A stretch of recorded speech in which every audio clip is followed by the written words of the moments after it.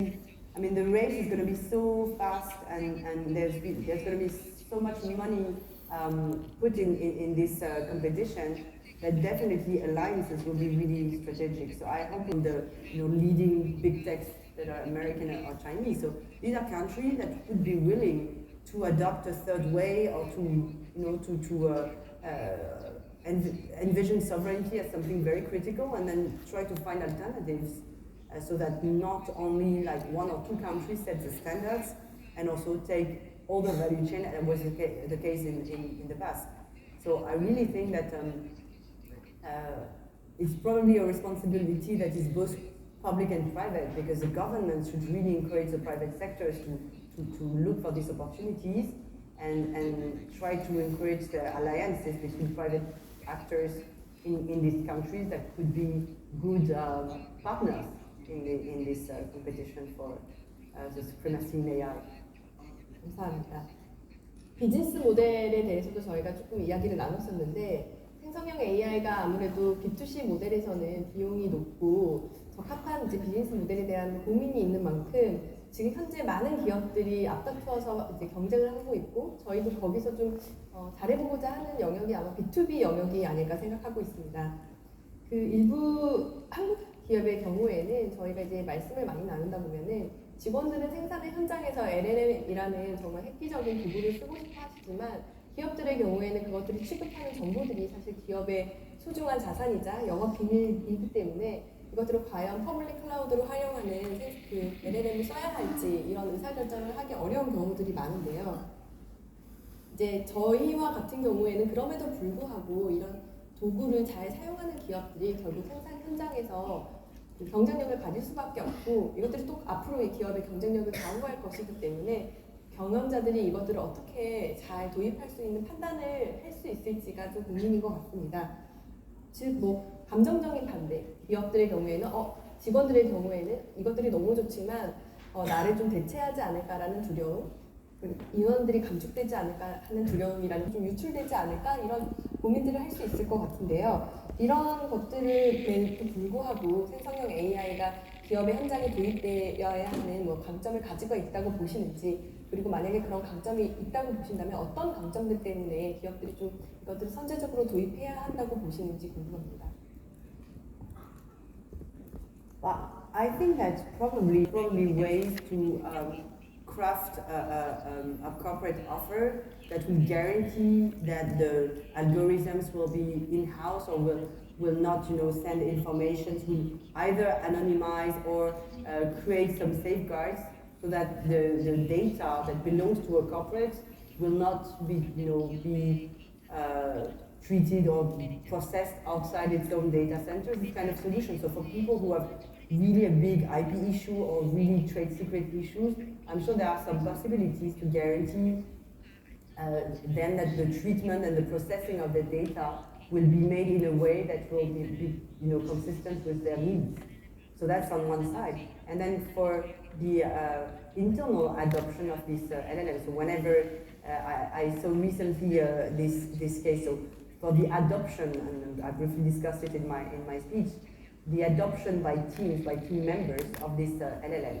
For example, I'm working with a big retail bank in France that has introduced LLMs to help the people to write their emails, because they receive a lot of incoming emails from customers of the bank asking this or that, and actually ChatGPT or the LLM can generate sort of automatic responses by analyzing the content of an email and then suggesting some responses. So this is really something that helps them gain a lot of time, but at the same time they can ask themselves, okay, so what's my use if a robot can answer to my emails in my stead? So for this, actually the HR of this bank, they're very concerned that people feel very uneasy about their own job, and then feel less committed and less involved, and that it will create productivity issues. It's a revolution in the way we need to address this. So what they do now is they give, of course, optionality, and then you can rewrite your email, So there's a way to accompany and to introduce this kind of new tools and really train the people so that they understand that they can still supervise, or they are free not to use it. So there are ways to deal with this transitional period, but it's a big deal. I think it's a big deal because it really changes the way you approach your independence or your autonomy at work. And I think psychologically it's something that you need to swallow and to digest. And so I think managers should really accompany this movement so that people can understand it's an opportunity to waste less time on low value added tasks and maybe more time on things that require really a human interaction, like for example the contact with the customer, this kind of thing. So, so two different answers. One on the internal side is really, it will be super important to accompany by internal communication and training the adoption of this LLM tools inside the corporates. And also from B2B perspective, I think it will be very important also to educate the customers of who want to use LLM model to reassure them and to guarantee that they can safeguard the privacy of their data. 네, 감사합니다. 저희도 B2B 시장에 있는데요. 그런 노력들을 더 기울여야겠다는 생각이 들었습니다. 네, 말씀 전반에 제가 뭐 산업이라든지 정책이라든지 그리고 채용 시장 여러 가지 전반에 대해서 물어볼 때마다 결국에는 AI가 가져오는 여러 윤리적인 이슈들이 필연적으로 계속해서 뒤따르는 것 같습니다. 개인정보, 뭐 프라이버시, 그리고 여기서 벌어지는 여러 가지 저작권이라든지 인간을 대체할 것인지라는 뭐 여러 가지 이런 그 소위 위협이라고도 표현할 수 있을 것 같은데요. 그에 대해서 이제 규제도 필요하다는 입장이 있고, 말씀 주신 대로 이러한 기술에 대한 통제권이 소수 국가에만 좀 집중되지 않도록 이런 그 유럽에서 말씀 주신 그런 규제라든지, 하지만 또 반대편으로서는 이러한 규제가 결국에는 스타트업이라든지 생태계 형성을 막는다, 혁신을 막는다라는 우려도 또 있는 것 같습니다. 소위 저는 이런 거를 좀 딜레마라고도 표현할 수 있을 것 같은데, 정부와 기업이 어떤 식으로 이런 혁신과 규제의 사이에서 좀 균형을 잘 맞춰야 한다고 생각하시는지 궁금합니다. But that's the most difficult question, of course, because it's true that it creates a risk for countries who maybe have higher standards in terms of ethics. It was a case. Actually, it sort of reminds me of the case of the regulation for biotechnologies, or also experiences on stem cells, for example. So you could see that there were some different approaches, like in China or in European countries, for example, where manipulating DNA or manipulating stem cell is a big no-go in Europe. And it's probably is a bit more liberal approach in other countries. And this, even though in Europe there was no way we could authorize the cloning or these kind of things, you could consider that in a way forbidding these kind of experiences in Europe, and then when it was allowed in other countries, could be a big handicap for biotechnology companies or big pharma companies. So being true to your principles and to your values, even at the cost of innovation or of competitive edge for your businesses, that is a very difficult question. And again, this would be exactly the same, because we are obviously at risk of, the fake news risk, when you see how fragile our democracies are nowadays in countries, this is really super scary, because with Gen AI, you can, put in every leader's word, in every leader's mouth, things that he never said.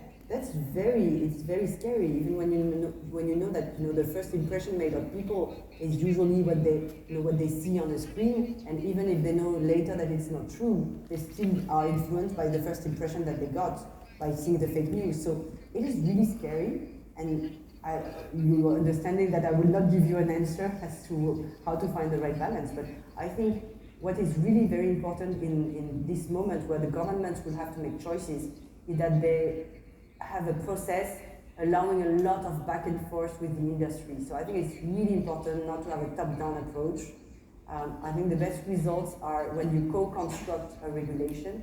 So I think really the governments or the EU Commission should really have permanent discussions with the players, with the startups, not only with the big corporations, but also with the young startups who are very active in this Gen AI space, to understand if they make this choice of regulation, what this will imply for their business, and what this will imply in terms of competitive advantage or disadvantage. So I think this dialogue will be very important, so that we don't make any mistake that could cost us a lot and that we would regret in the future. 네, 제가 너무 어려운 질문을 사실 드렸는데 현명하게 말씀 주셔서 감사드립니다. 네, 지금도 한국에서 비슷한 고민들이 굉장히 있고 그래서 이야기를 하고 있고 좀 현명한 방향으로 좀 문제들이 잘 정리되었으면 좋겠다. 그리고 저희가 또 그런 점에서 좀 책임감을 지고 앞장서야겠다는 생각이 들었습니다. 죄송하지만 제가 또 한 가지 더 어려운 질문을 시간이 좀 남았지만 이제 마지막 질문으로 드리고 싶은데요. 작년 이제 말에 챗GPT가 나온 이후로 올해는 생성형 AI의 그야말로 좀 한국식 표현으로는 순수 전공급의 시대가 아니었나 싶습니다. 내년에 AI 시장은 어떻게 될 것이라고 전망하시는지 마지막으로 드려보겠습니다.